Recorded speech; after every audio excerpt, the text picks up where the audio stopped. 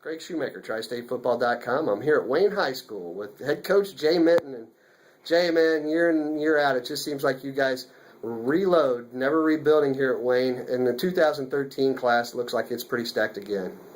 Well, we're very fortunate here, very blessed and everything to have the caliber of athletes, and not only the athletes, but the caliber of young men that we have here and everything. So we've had our challenges during the off season, and our little mountains to climb, if you will. But the kids rise up to any challenge in front of them, and that's what's neat to be around them. You talk about challenges. Let's look at your schedule a little bit. One of the games I'm really starting to like more and more covering football is your Lakota West rivalry's really gotten off to a good one. And in fact, in that game, you're going to have two kids that have committed to the University of Kentucky, Michael Horton from Lakota and Dorian Hendricks, your own. Talk about some of those non-conference games on that schedule. Well, we open up with Gahanna Lincoln, and this will be the first home opener. We're usually in the crosstown showdown game, and we kind of really struggled to move away from that this year. And hopefully it might just be a one-year thing, but we'll see.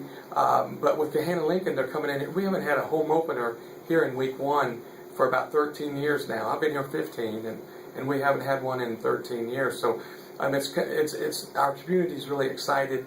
They're passionate about it. They're excited to open it up here, and so we got them coming down. And they're usually a playoff team, top 8 in their region. And then we go over to Trotwood, and we owe them a game at their place because they came over here last year, and that's always a fun thing for the kids. And it's becoming a rivalry game.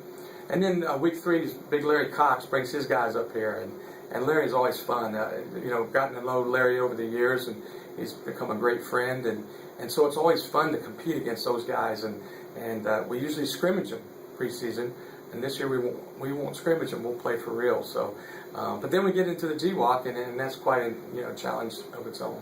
Yeah, look at the GWOC this year. I mean, when you look at some of those other teams, who stands out on that list of the central teams that are going to push for a title? Oh, they all do.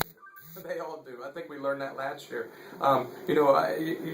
It used to be, Northmont and Centerville. That's what you mentioned, and maybe occasionally Springfield.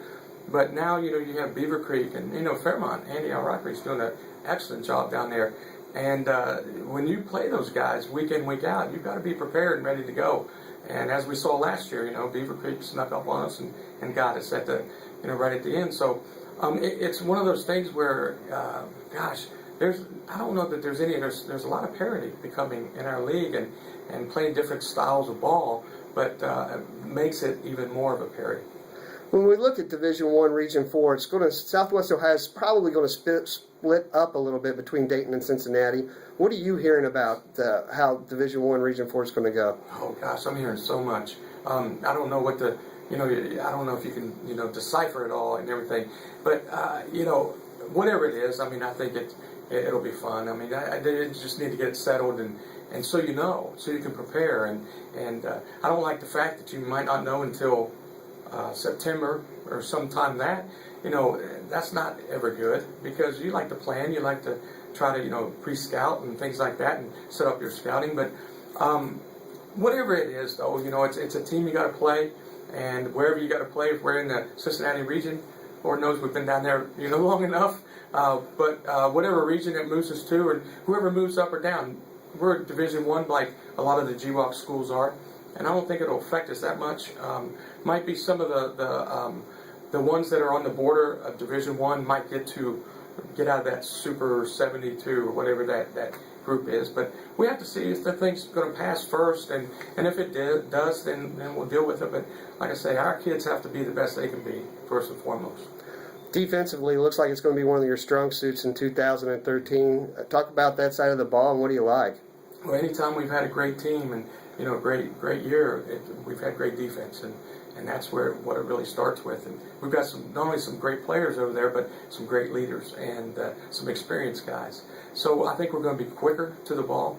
I think we're going to be, and that's always been whenever we've been really good, we've been really fast on defense and hard to block, and we're going to work on our techniques and things like that and make sure we're sound.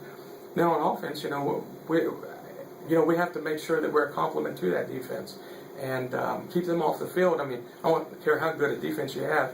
If you're always on the field, you're not going to be very good.